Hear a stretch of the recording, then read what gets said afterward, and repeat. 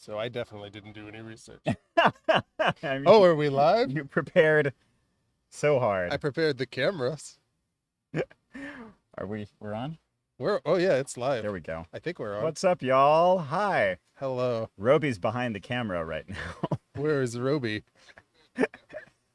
That makes it sound like he's operating the camera. He's not.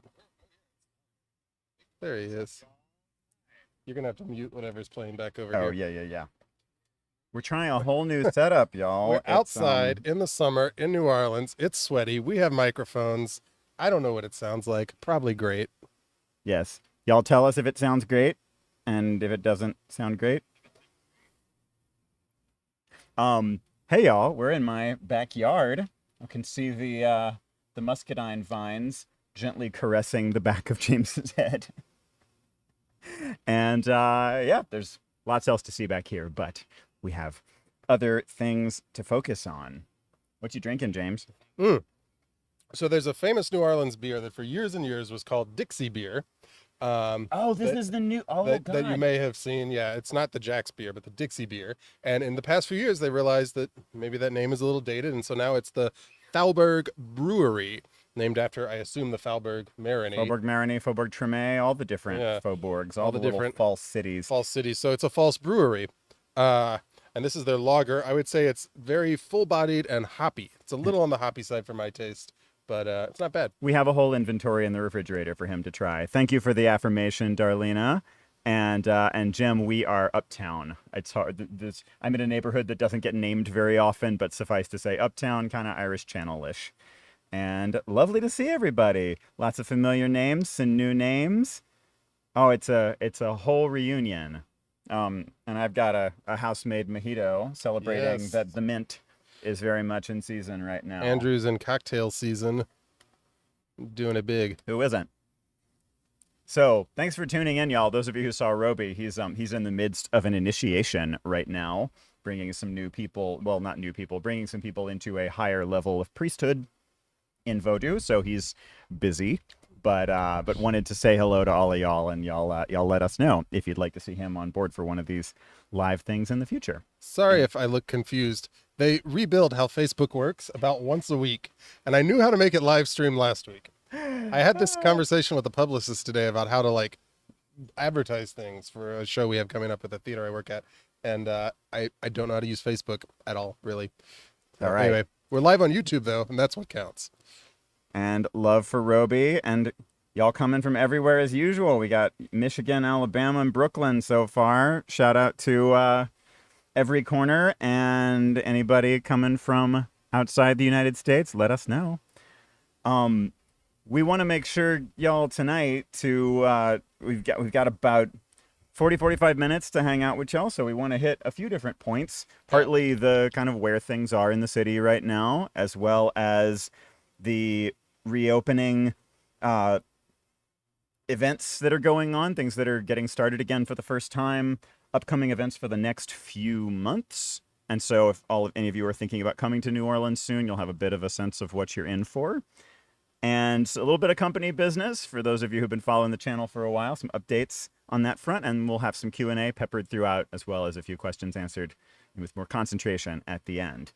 So I think from the perspective of the reopening process, I mean, it is kind of a whole new world down here right now. Oh yeah, things are coming back. Like, stuff is happening. People are going to bars. There's music events. I worked a small but live music festival last week. Like, things are happening. Yeah. So it really begins to feel like a kind of normal New Orleans spring summer cusp in a way that is like strangely familiar. Yeah, the mask mandate in Louisiana is down, y'all, and while there are certain spaces, it's kind of space by space what's being required, so it's definitely a still travel with your mask in hand kind of situation. The fact that there is a very high rate of vaccination in New Orleans is being reflected in most places going optional with them, and so it is largely down to the individual to decide what it is you'd like to do at this point. And I think we're seeing, something like a 50-50 split maybe at this point, something like that. Vaccination numbers? In terms of mask use or not. Oh, yeah. Something like that. Yeah, it seems like a lot of service people are still using them, which makes sense. People, whether or not they're vaccinated, who are working cash registers and working at restaurants, that sort of thing. Because I think it shows that like we're in a weird place right now, I think nationally, with how masks work, because if you're vaccinated, you don't have to wear one, but you kind of want to put out there that, hey, I'm being safe. You don't want people to think you have made a different choice. So yeah. So there is a lot of just like reassuring folks that their health is still top concern for sure. But there's also a lot of relaxation going on too, which is much, much needed. Oh, nice. We have and someone tuning in. Hi, Tasha, from right here in town, practically next door neighbor. And we have Christy Gilmore, y'all. Roby's own illustrious family is in the house. Lovely to have you, Christy. And we have someone who might as well be a part of Roby's family, someone who took the tour last week and will have been inducted into the family. So, hi, Carrie. I hope I'm saying your name correctly. And yeah, animated is the word, and enlightening is definitely the word too. Kevin, so the Levy bike ride, all added together, if you do it there and back, which you almost have to do, is about 60 miles. It's quite the ride. And I actually did it again with my partner a short time later. In order to film that video, we were not able to do it all in one day, not to give away our movie making secrets, but we broke it up into chunks. But that meant that over the process, Andrew did the ride like 4 different times. I did like half of it once. So he's in much better shape than I am. I enjoy biking. I was definitely what we in the biking world call sometimes saddle sore after that. So, but here we are. Everything's fine. Yeah. To praise even higher, my partner Jeff did the ride with me one of those times, having never even ridden 60 miles total on a bike prior to that, and rocked it. So yeah. It's a really nice ride, though. I mean, if you've got that in you, even to do parts of, the lovely thing is you can do as much or as little of it as you want. And it does, it just scales. You do end up with you'll have wind in your face one way or the other is Absolutely. The downside. It's a great ride, and you can actually keep going if you're feeling adventurous and keep going on towards Vacherie and eventually to Baton Rouge if you want. Yeah, I've done the ride. It's just shy of 100 miles to get, at least the route that we did, that I and a friend did, all the way to Baton Rouge. Granted, not a part of Baton Rouge where you would want to stop a bike ride unless someone was going to be picking you up. But yeah, there's stuff to see all along the way, and there's really nice bike routes on the west bank of the river. We were on the east bank, a little further up. We've also got Kent. Welcome in advance. Not gonna be long. And Tasha, would love to have you on a tour in person soon. That's actually kind of part of the business. So getting a little bit ahead of ourselves. Y'all, tours are coming back in force. And I'm actually really excited to say what is today, Tuesday?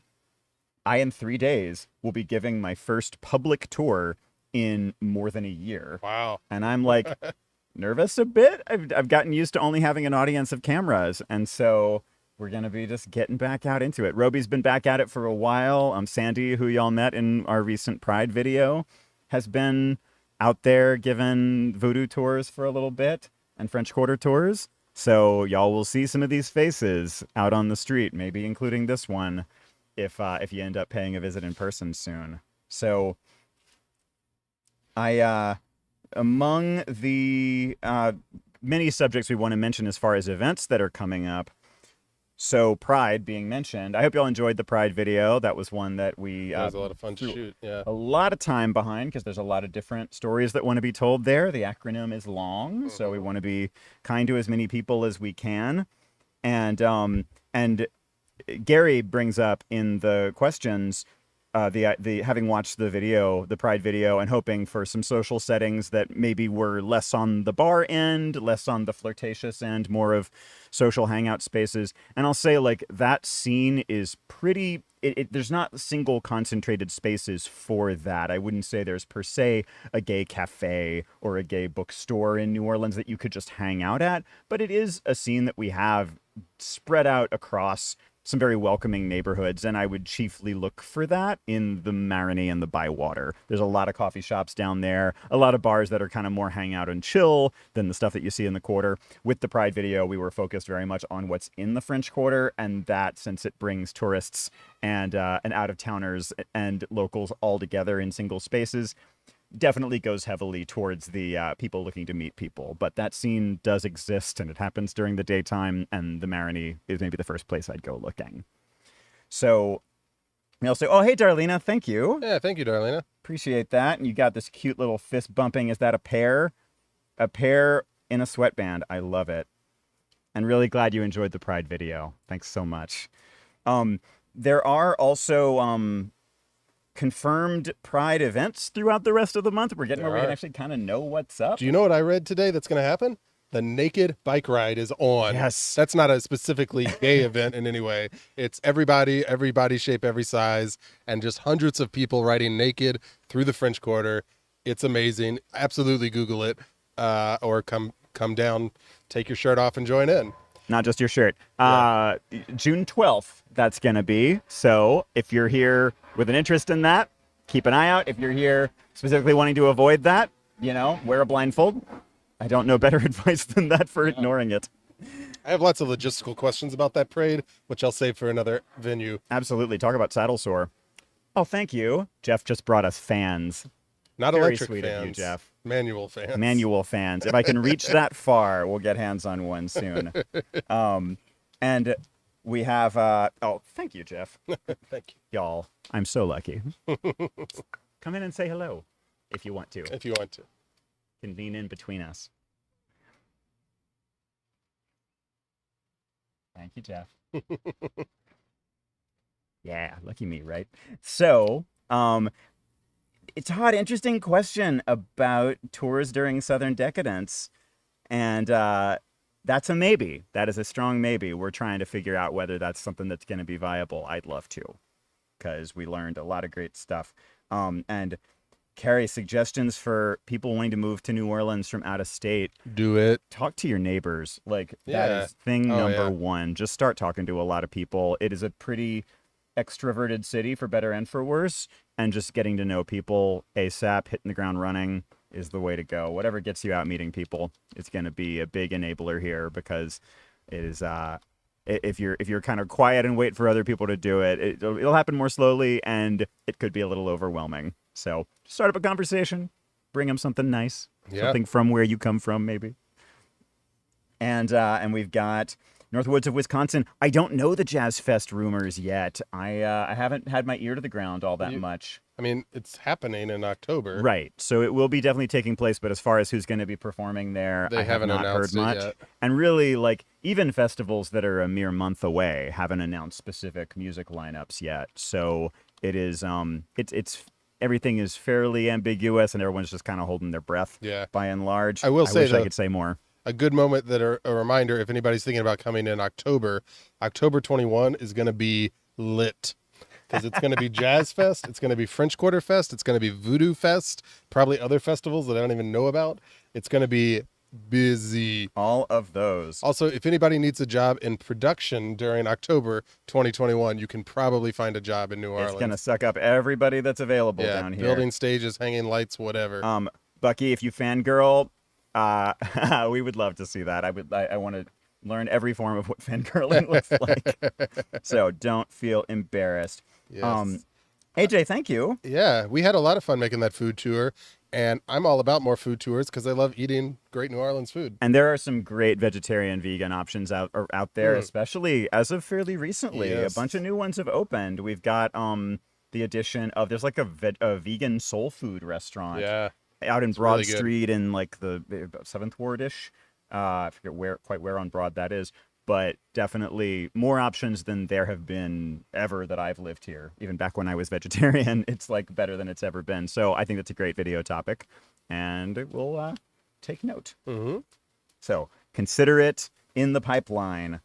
And awesome. We have a birthday arrival tomorrow. Really happy to hear that you're going to be here soon, and happy birthday in advance, I guess, if it's going to be falling during the time that you're around.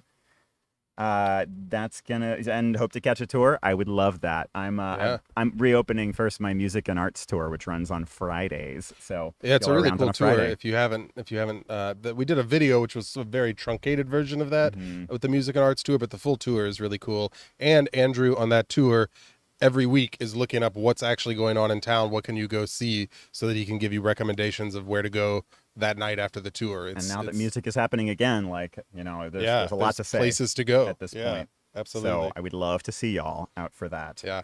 And thank you, Michael. Really appreciate that. First in the room and everything. Aw, and we have affection for Jeff. Glad y'all like him. Darlena, a tour about Irish immigration. I'd love to do that. And the Irish Channel neighborhood doesn't retain a whole lot of historic structures that speak to the really early days of that. So we would have to get a little bit more creative about what the visual side of that was, but I'm all about it. Well, specifically about immigration and history. Yeah. Thinking about the immigrant stories in New Orleans, that's a lot of material. Yeah, and I think, we could bring together a few different immigration stories and make something fun out of that. So, absolutely. Yeah, good idea. And food is always one good angle into that. So we'll see what the right approach ends up being. Yes. Guys, I want to shout out a few different things that are going on, and for those of you who are, we know we have people in the audience who are coming to town or are already in town.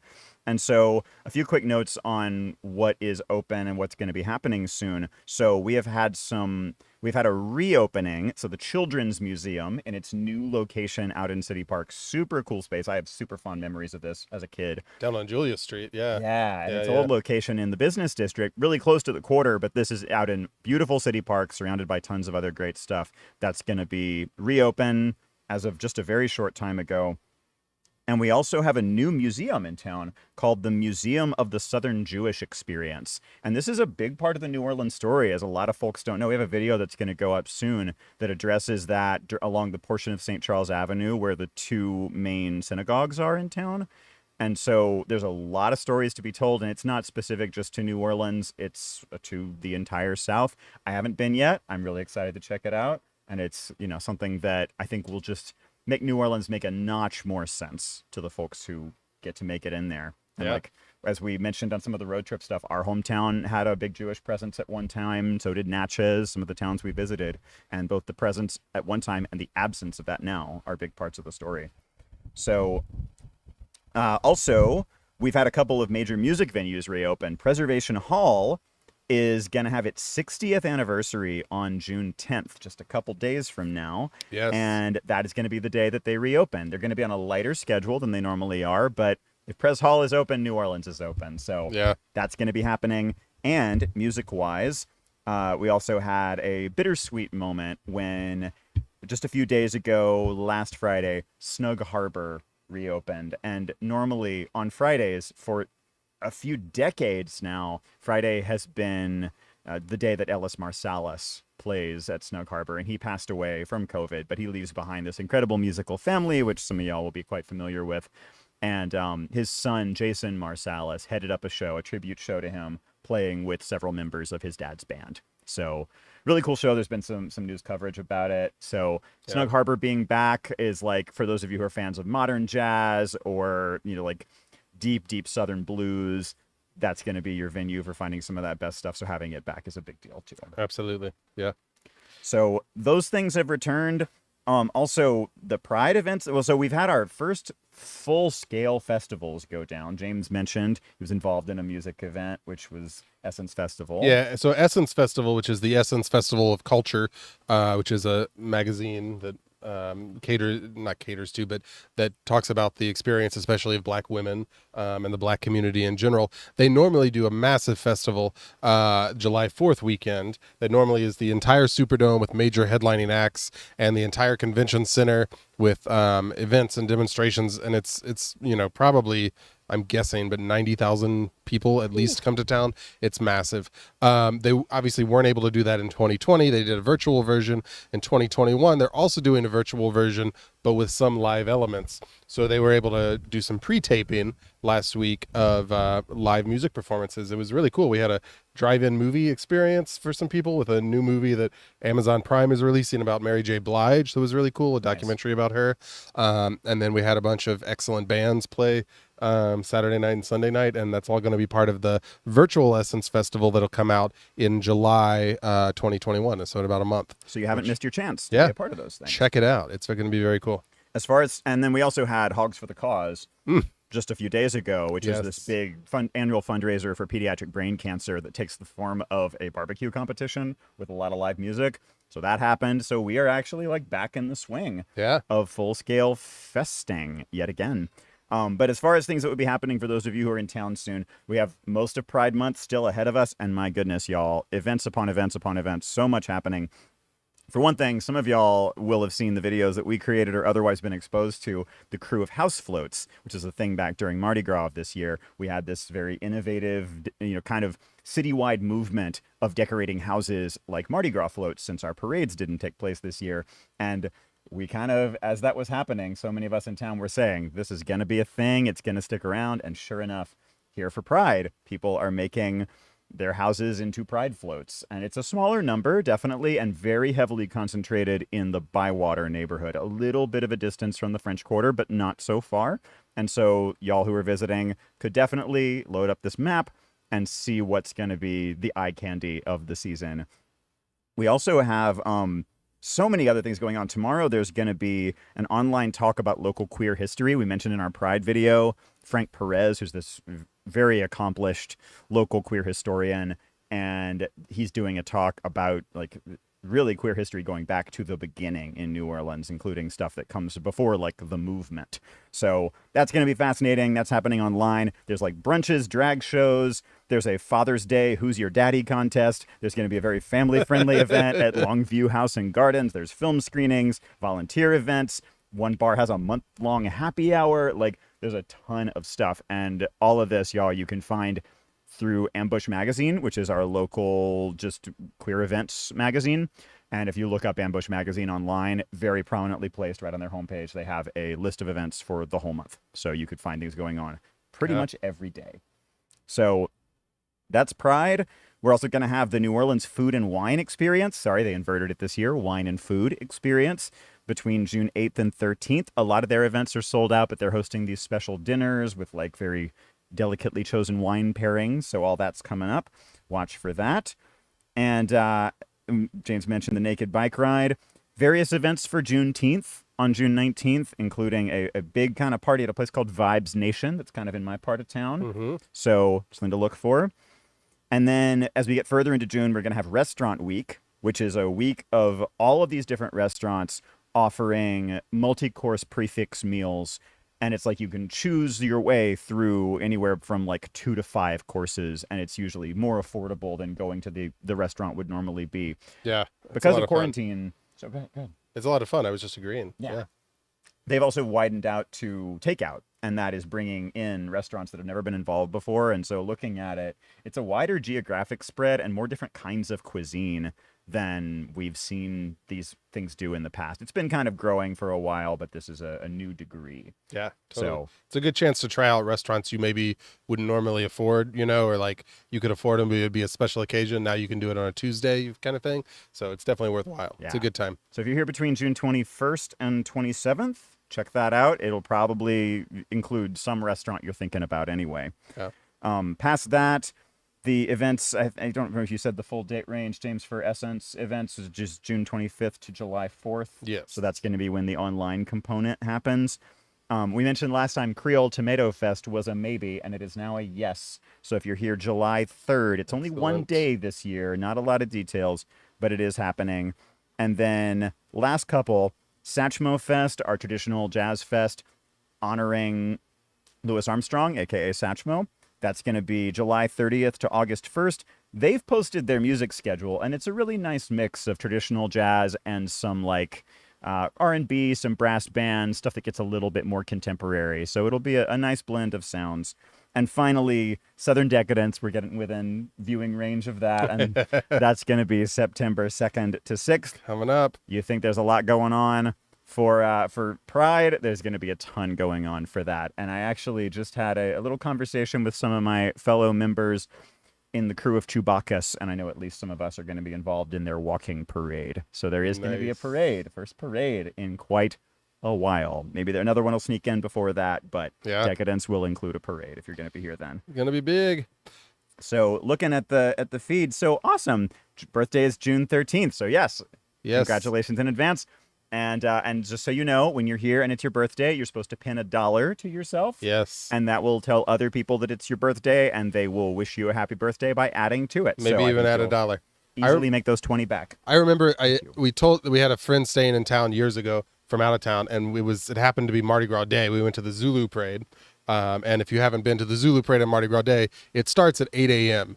You have to get up and be there by 8 a.m. to see the beginning of the parade. And the guy we had staying with us happened to be his birthday that day. And we were like, pin $1 on, man. And I'll never forget this, like, 7-foot tall man, like big manly man, had this little kid on his shoulders. And he was walking along and he saw my friend with the $1 and he stopped and he turned and he went, dude, is it your birthday? And the guy was like, yeah. And he like took the kid off and put him down and like got $1 out of his pocket to pin on this guy's shirt. It's very important It's tradition. a thing. It's a thing. And like people who live here receive the benefit of it, and we sort of feel the need to give it back. Yeah. So it's a social responsibility.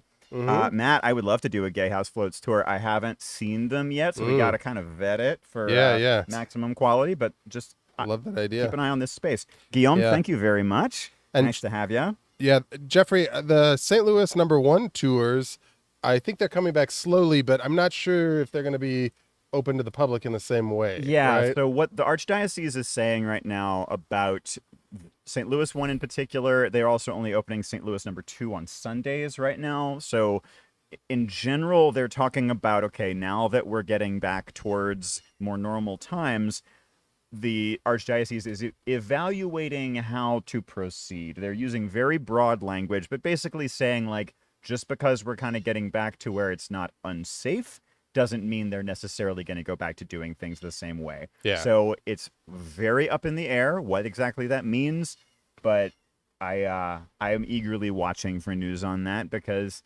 St. Louis 1 is a space that many of us dearly love, and I got a lot out of showing people around there. Actually, I had a publication. I wrote an essay about being a cemetery tour guide in St. Louis 1. I used to be there all the time, and I wrote this piece about, being someone who showed people around death every day. And the publication reached back out and wanted to anthologize it, and I like reread it, and it's something I wrote 6 years ago, and it was a really delightful venture back into this space that I haven't been in for a long time. And I know many of us who had some really beautiful times with visitors are going to miss it if we don't get back in there at some point. Totally. So, and let's see mid-July, I'm hoping at least some cemeteries will be open, Jeffrey. So regardless, you'll have cemetery options, just whether it'll be St. Louis 1, St. Louis 3, at least. will be on deck. And the Metairie cemeteries are actually really interesting as well. They're beautiful. They're lovely. We went through those on our cemetery tour. We also have, so Mark asks, what are your favorite tours to give? I really loved my music and arts tour. It's my baby. And there's stories that not a lot of other people tell, and I get to play music during it, which is also, I can lean on that as a way to illustrate things. I don't personally give tours, but having talked with a number of the tour guides now working on these YouTube videos we've been doing, it seems like the tours that are a little more niche, and a little more like second and you might look at them as second and third tier tours based on the number of people who go, but they're actually the ones where the tour guide like gets to dig into their nerdy, passions. We were talking with Sandy the other day, who you saw in our Pride tour last week, and who you will see in a couple upcoming tour videos. And Sandy was talking about a Treme tour that she had written that she was really proud of, and a few other projects there. And of course, Roby has his voodoo tour, which is definitely his passion. So we like to get in depth, like we are nerdy people when it comes down to it. And while there's something really beautiful about being able to give, say, a French Quarter tour that is a crash course of New Orleans history and like an orientation to what is different and special about a space, and there's a ton of joy to be had out of that. There is, for each of us, there's the thing that we could just talk about all day. And music and art, that's mine. Absolutely. Absolutely. We also, got it. Yes, the safety pin is very important. I should have reminded you of that. And so I'm glad you picked up on it because people forget to have one with them and it makes it hard to secure. Yes. We also have, let's see, Chris, we have the question of, do we give thought to the looming climate change impact on New Orleans? Yeah. And it's honestly one of the reasons to live here now. Live here while you can. Yeah. Like I'm always blown away. This is just me. Maybe I'm a little cynical, but I'm always blown away by these stories about how much real estate in New Orleans is going for right now. People paying millions of dollars for these houses.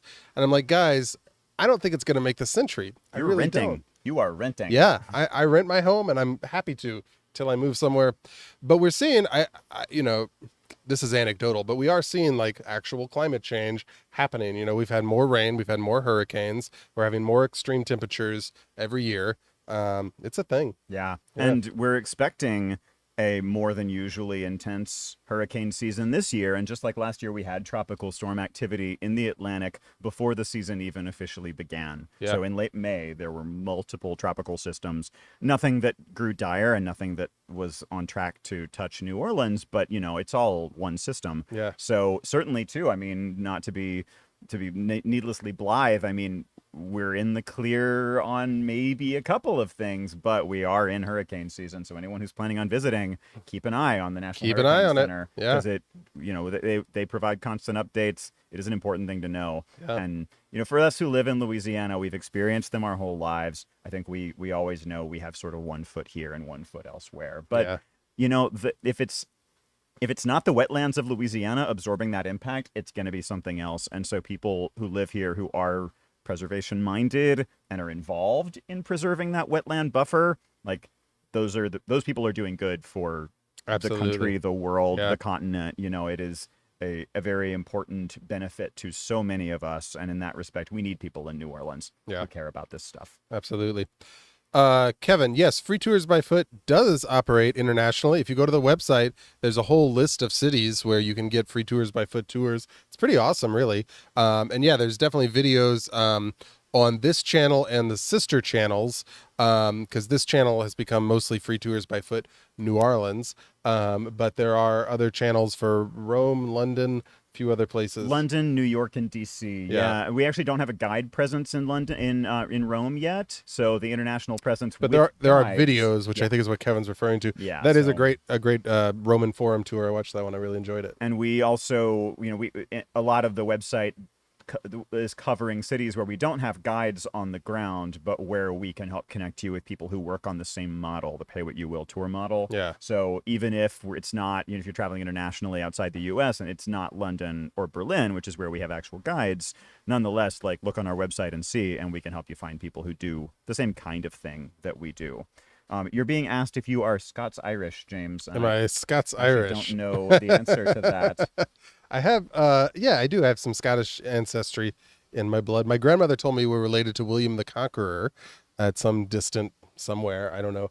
A lot of German too. On my mother's side, it's Freshny, which I think is a Scottish name.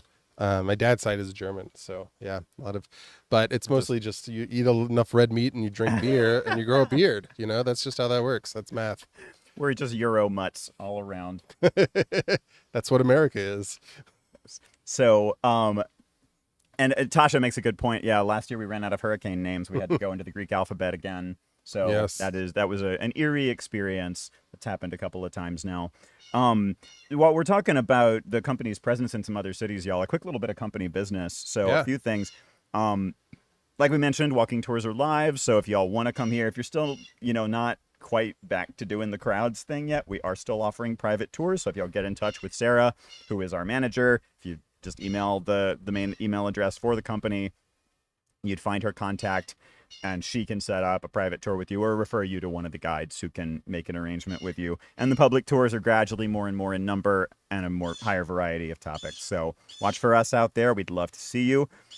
Also, I think we're going to be, so speaking of other areas, the company also exists in Charleston, and we're going to be posting a Charleston video pretty soon. So it's one of the cities that we most frequently get compared with. And I've actually never spent time in Charleston, but so many well-traveled people come here and say, oh, this is a lot like Charleston or Savannah. And so we'll be posting some stuff about that. We already have a Savannah video, so if you want to evaluate that, you can go back in the feed a little bit and find it. We also have just recently posted for the first time some kind of some advice videos, some like travel tips that y'all might have seen. The video about things to be careful about. We use the phrase tourist traps, but more just things to be careful about. Things to know, and things to do for free. And we'd love to know what y'all think of that. This kind of standing still and making suggestions thing. Yeah. Given walking tours is our bread and butter, but we're trying to be useful in as many ways as we can. So if that stuff was helpful to y'all, or if it made you think differently about traveling here, then let us know. We're always wanting to know what we can do to make sure we're as relevant to y'all's needs as possible.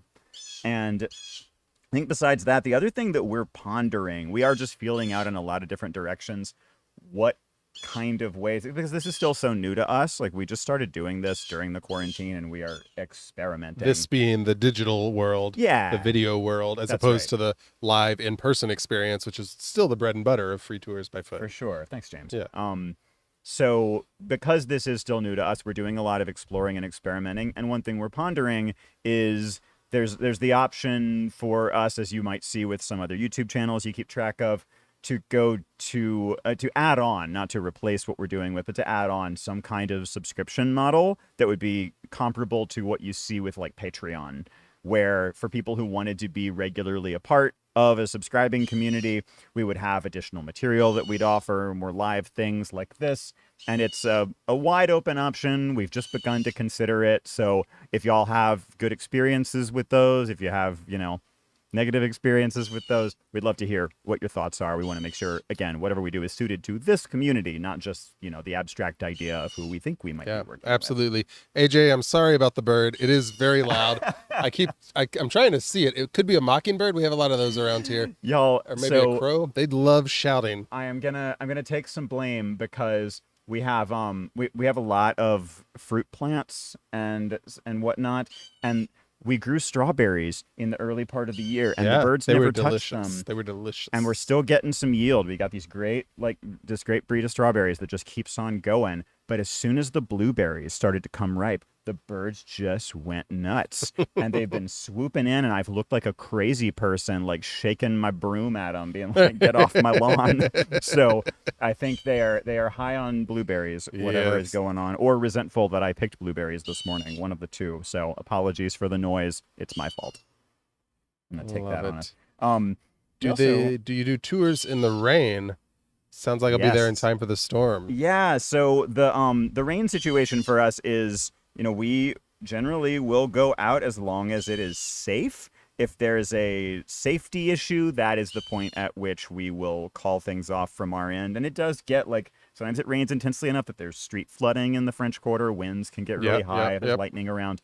But otherwise, we know y'all aren't here for long, so we're going to make it work. I got to tell you, I love the French Quarter in the rain. It's beautiful. Beautiful. If you can find a bar or a little coffee shop with a nice window, a dry place to sit and just sit back and relax and have your drink and enjoy the rainstorm, it's fantastic. I highly recommend it. And even going around outside, it's a really easy neighborhood to jump from balcony to balcony. You can be undercover a lot of the time. There's so many places you can go inside. Gallery hopping in the rain. I mean, all about it. Lovely. I think, too, we've got,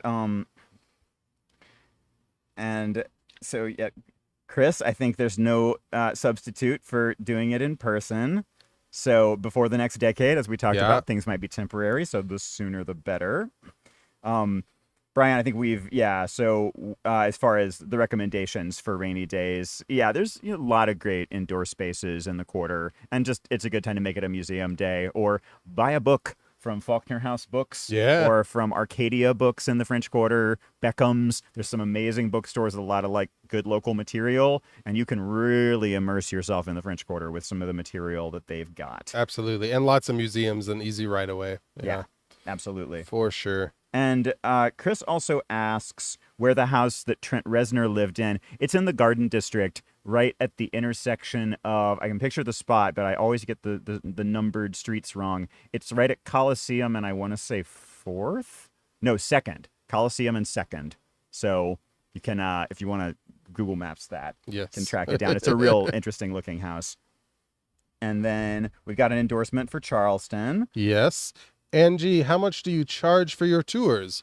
Well, as the name implies, the tours by Free Tours by Foot are free. And at the end of the tour, it's up to you what to pay, what you feel that the guide earned, what you feel makes the most sense after the tour. And something we're experimenting with right now is, so the company charges a $2.50 reservation fee for most of our tours in advance. So that's all you are obligated to.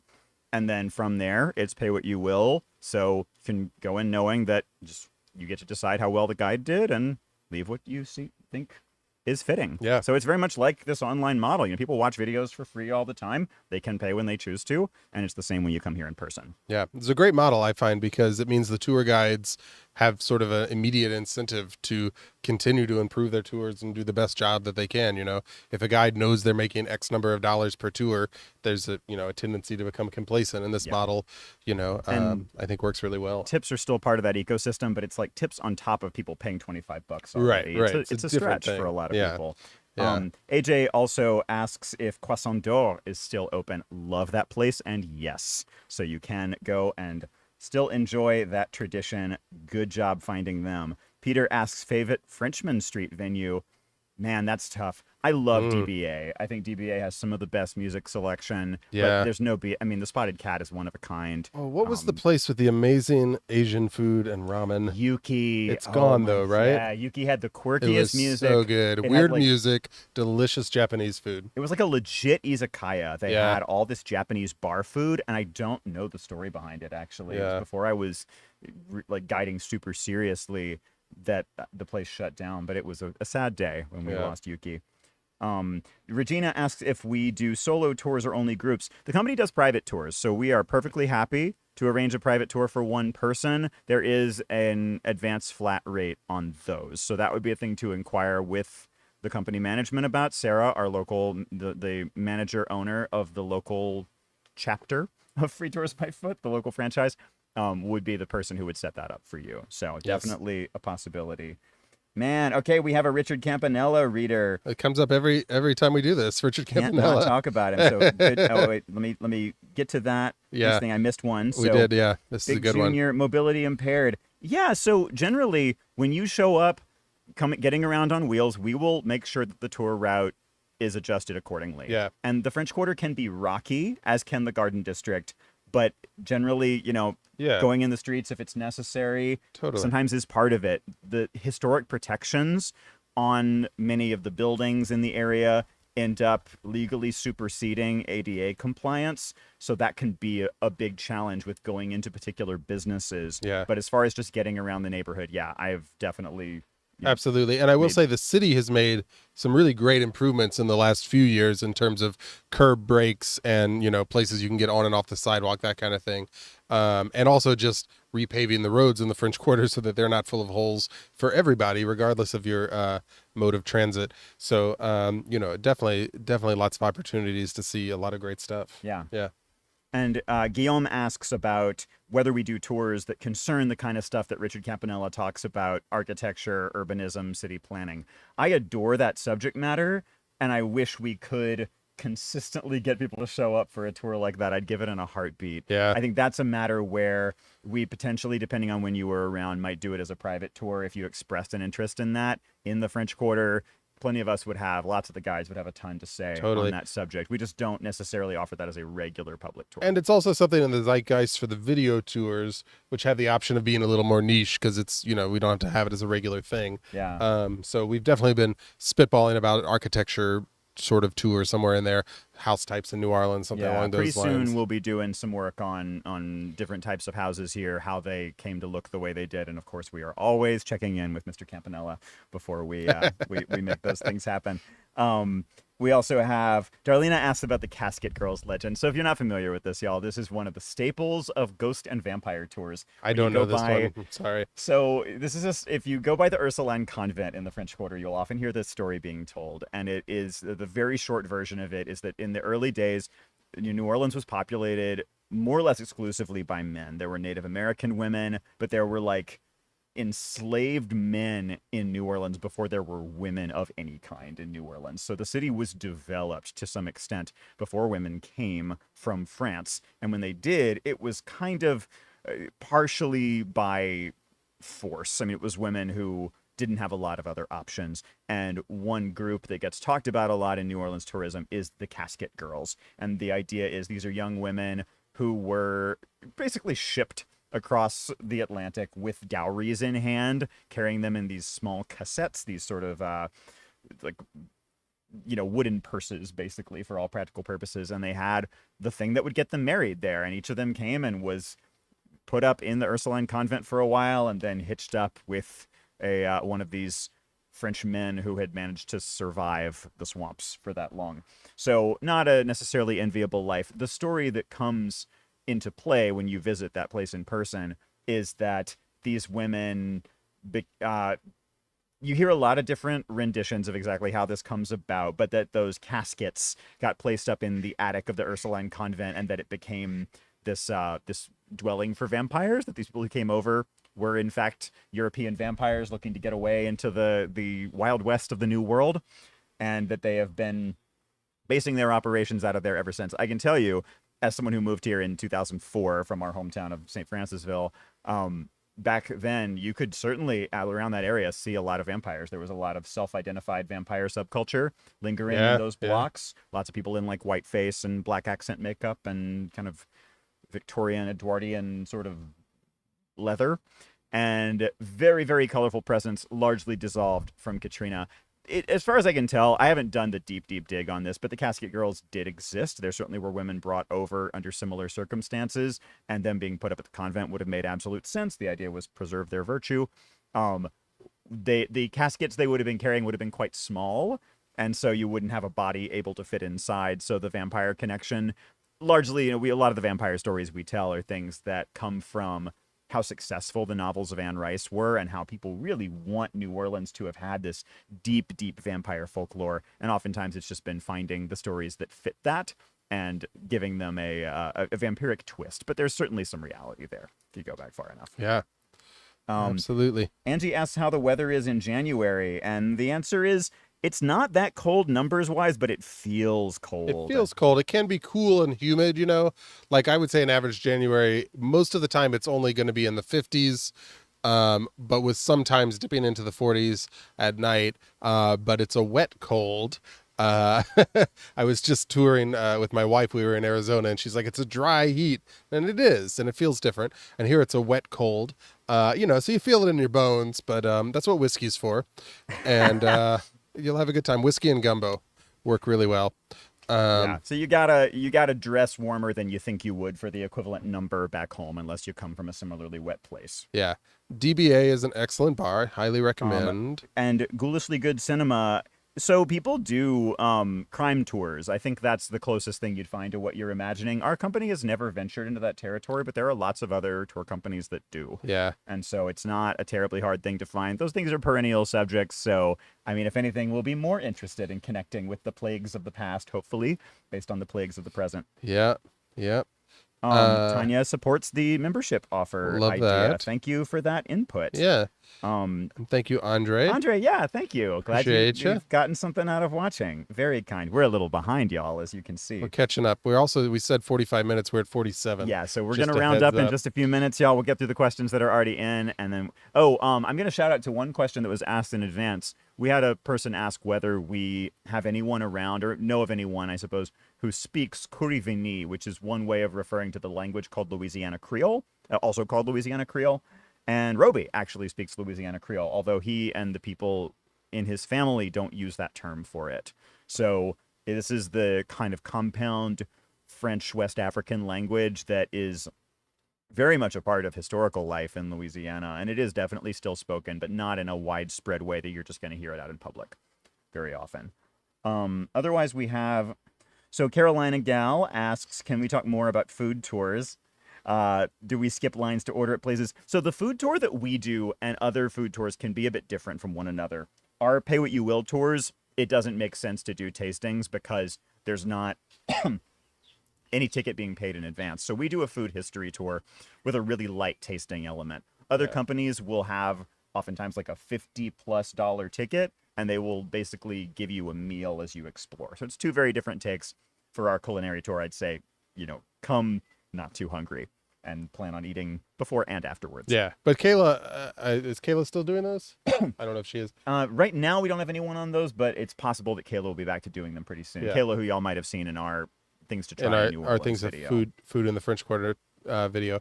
Yeah, but she's got great recommendations and a great idea of, where to go, what to check out. So, Hyung asks, as of today, do we personally think New Orleans is a safe place for Asians to travel? That's a really sadly necessary question. Yeah. So I can mainly only speak to that through keeping an eye on the news and talking about that subject, this kind of swell in anti-Asian violence, with my partner Jeff, who y'all perhaps saw peeking into frame earlier. His family is from Vietnam originally. He's born here. There's a huge number of people who share that background, and he's friends with quite a lot.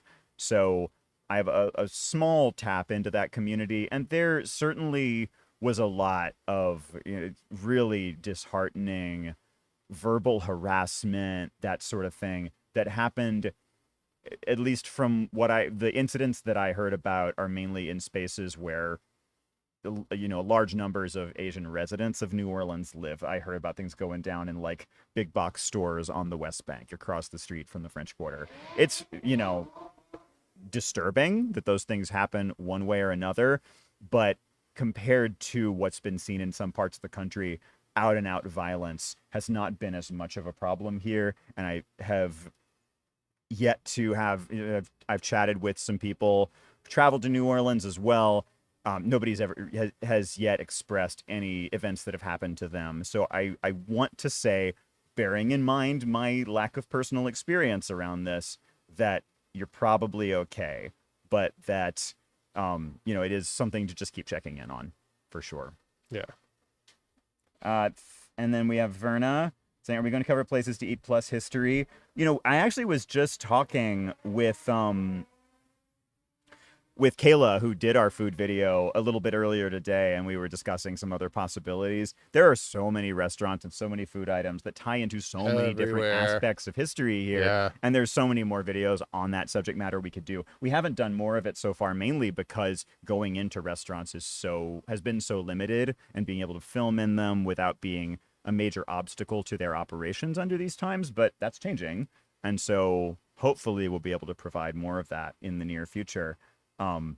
So other restaurant-based videos, other, advice for places that y'all could visit, that's definitely coming along. It's a great idea, yeah. Thank you, Carolina. Yeah, appreciate ya. Very much. Oh, we have Treme here, the incarnation of the Treme, from the Treme, New Jersey, pardon me. Man, twice a year, love it. And yeah, I hope maybe we've crossed paths before, or at least some of the colleagues. Thanks for steadily coming back. Bicycles got to be the best way to get around the city. It depends where you're going, but it's actually a really great way to get around most of the city, especially between sort of uptown, down through the CBD and the French Quarter, and then out to mid-city. I think there's good biking routes there, and you can kind of flow through that area quickly, out as far as City Park for sure. If you're interested in seeing things out in Metairie or on the West Bank or even in the East, you're probably going to want to get a car. Yeah. It's a little harder. But for most of the things that the average tourist, I would say, is going to check out, bikes are a great way. It is very hot. I'm not supposed to swear during these. It is very hot here in the summer. And just be prepared for that. If you're in good shape and you can deal with a little bit of heat, you'll be just fine. It's a great way to get around. Do you know, too, it's a very flat city, so it's an easy place to very ride. Flat. But the roads are in pretty awful condition, so you are going to be facing some bumpy rides at some points. And of course, you can steer accordingly. Yeah, and I would say a lot of times, if you find the road you're on is bumpy, go a block over. The road's probably parallel and might be in much better condition. Oh, is it fan time? We have our fans, just in Look case at that. anyone... What does this say? I don't even know. It says, bless your heart. Bless your heart. So... It's already pretty James windy out here. Y'all. That's true. We got a nice breeze.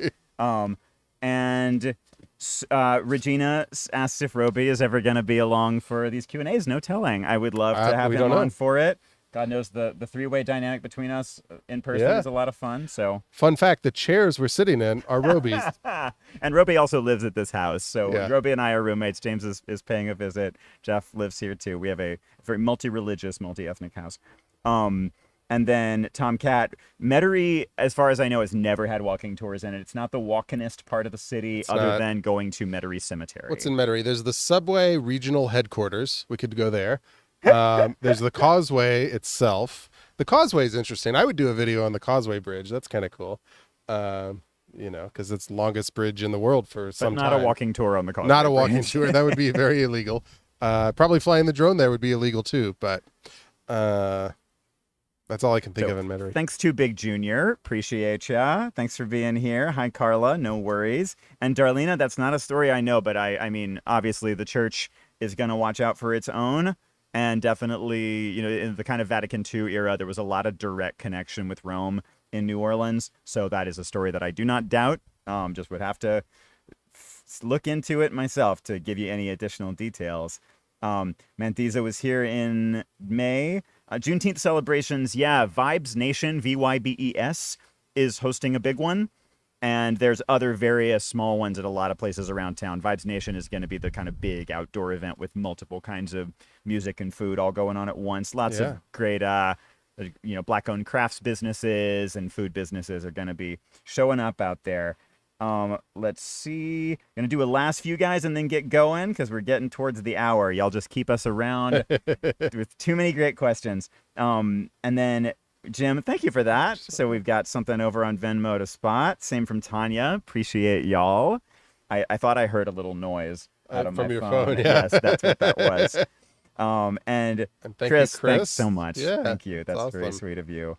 Let's see. Anything else to... I think that's and then it. Manthisa, thank you for that. Darlena, thank you. Yeah, and the only question we had over on Facebook that we haven't talked about is she asks, Franken Charity Brown asks if the French market is open daily. Yeah. And I think it generally is. They were sort of shut down for a while because of COVID, but I think it's back at it now and, hopping every day. It's down to, so in the French market, the main portion of it that people are really thinking of a lot of the time is the flea market. And that is down to individual sellers to decide whether they want to be out there. They can hold on to a lease and not necessarily show up every day. But all the times that I've been out there, weekends, weekdays, anything recently, I mean, people are out. And it's an outdoor market. The air is circulating, and folks can wear masks if they want to. So it seems like folks feel pretty secure. It's a good place. Yeah. To be out there again. So worth sure. a visit. And, thank you very much. Thank you, Christy.